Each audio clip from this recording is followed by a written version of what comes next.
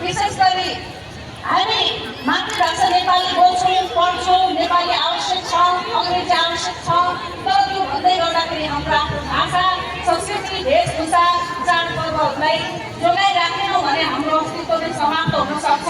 त्यसैले आज यहाँ हाम्रा सम्पूर्ण थारू समुदायका दाजुभाइ दिदीबहिनीहरू जो आएर पहिलेखेर सम्मानित पनि हुनुभएको छ, खुसी लाग्यो र अझै धेरै हुनुहुन्छ हामीले देखेका छौँ र म पनि छिमेकी गाउँपालिका सिन्धुली गाउँपालिकाको एकै दुर्नाथ थारू बहुमुखी क्याम्पसमा 18 वर्षदेखि अध्यापन गर्छु।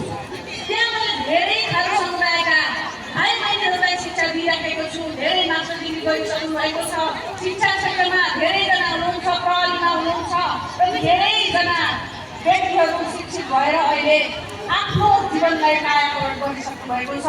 र म यहाँबाट सबै समुदायलाई के भन्न चाहन्छु भने हाम्रा संस्कृति र सम्पदाको जगेर्ना गर्नु हो र त्यसका लागि हामी पनि हातेमालो गर्न चाहन्छौँ।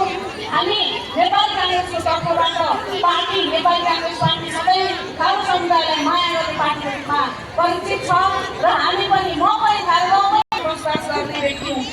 त्यसैले हाम्रो एउटा आत्मीय सम्बन्ध, पारिवारिक सम्बन्ध रहेको पनि म यहाँहरूलाई अवगत गराउन चाहन्छु। र यसका कारणले गर्दाखेरि आगामी दिनमा यस समुदायलाई आवश्यकता पर्ने शैक्षिक, बौद्धिक जुनसुकै सहयोग पनि गर्न तत्पर रहेको वाचा म यहाँहरूसँग गर्न चाहन्छु र आगामी दिनमा पनि यस सभाले अझै उत्कृष्ट कार्यहरू गरोस्, अझै भाषालाई लिपिबद्ध गर्ने आफ्ना सम्पदाका